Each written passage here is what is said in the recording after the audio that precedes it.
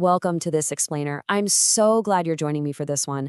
Today, we're going to explore a deeply ingrained, honestly kind of invisible web of sociological factors that shape the everyday realities of women in Indian society.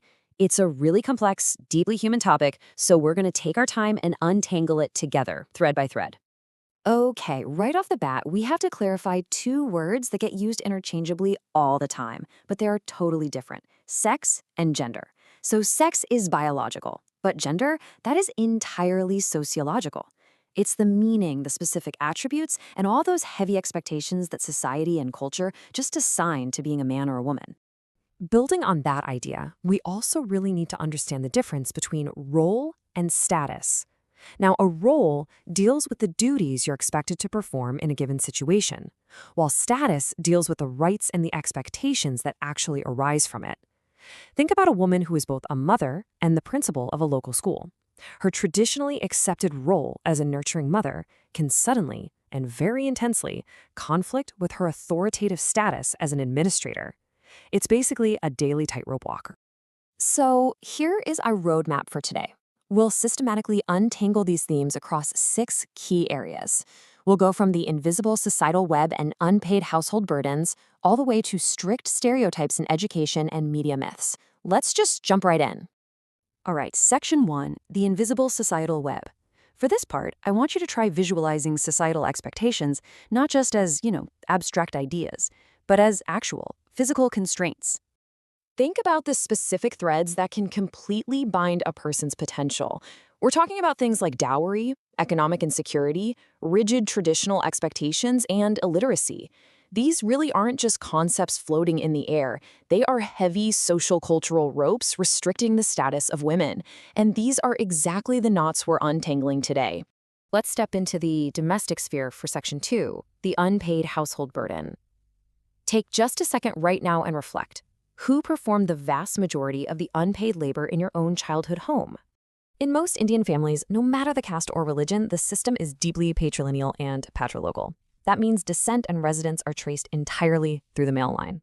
So a woman shifts from her natal home over to her husband's family. And this dynamic immediately establishes really rigid gender roles, putting the major decision-making power squarely in the hands of the men. So what does this actually mean for daily life? Well, it creates a completely unpaid reality. Women take on tasks that consume massive amounts of time and energy. We're talking carrying food to the fields, child rearing, maintaining the entire home. Yet these incredibly tiresome, absolutely vital tasks go completely uncounted as employment. They get zero formal recognition, no special merit, no payment. It's just expected. Shifting from the home to the workforce, we enter Section 3, the supplementary work myth. We really need to pause here and expose this pervasive myth that women's paid work is somehow merely secondary. Think about this number for a second: 87%. According to 1981 data from our sources, that was the massive proportion of Indian women paid workers operating in the unorganized or informal sector. These women are literally the backbone of the agricultural economy, and yet they work largely without any legal redress, without maternity leave, and honestly in constant fear of exploitation. So why on earth is their work so undervalued? Well, it comes down to deeply internalized traditions. Society is, and I quote, steeped in a tradition which reveres men as the anadatas, or bread givers, while husbands are the maliks, or masters. The irony here is just palpable. You have working-class women in Kerala and Andhra Pradesh who often act as the primary earners for their families, yet they still routinely defer to men because of this intense internalized dependency. Let's move to Section 4, the toll on women's health. Now, the sociological data we are about to cover is heavy, but it is absolutely crucial to understand the physical and mental consequences of living inside these rigid roles. First up, we have what's called the scarcity perception. You see, food discrimination in the family isn't just a byproduct of poverty.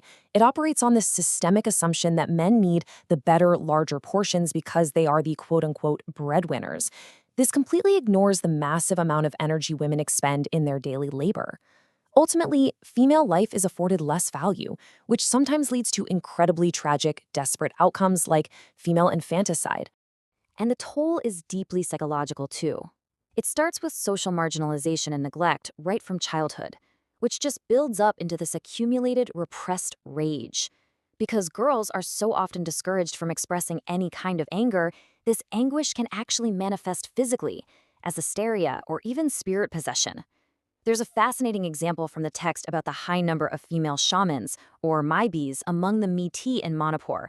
It acts almost as a socially accepted, institutionalized rebellion for stubborn women who simply refuse to defer to men. Stepping outside the home, we reach our fifth section, strict stereotypes in education. We really have to question how the educational system itself, which, let's face it, should be the great equalizer, might actually be tightening these societal ropes. The bias is literally hiding right in our textbooks. Studies show that boys are almost invariably depicted as outgoing, adventurous, and brave. Meanwhile, the girls? They're depicted as dependent, submissive, and quiet. Our curriculum is essentially socializing boys for independence and socializing girls for obedience. And this creates what we can call the academic illusion. Our data shows that girls actually secure higher pass percentages in science streams than boys do, yet they drop out early and cluster into lower status courses. Why?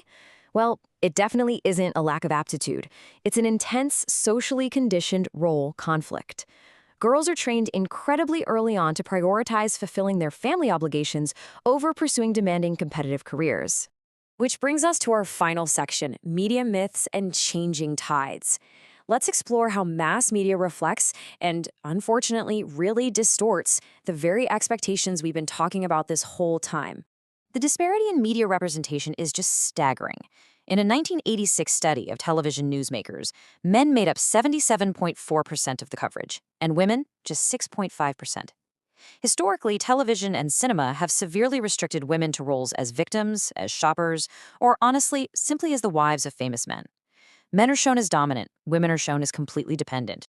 But the scenario is changing. There is a really strong note of momentum here.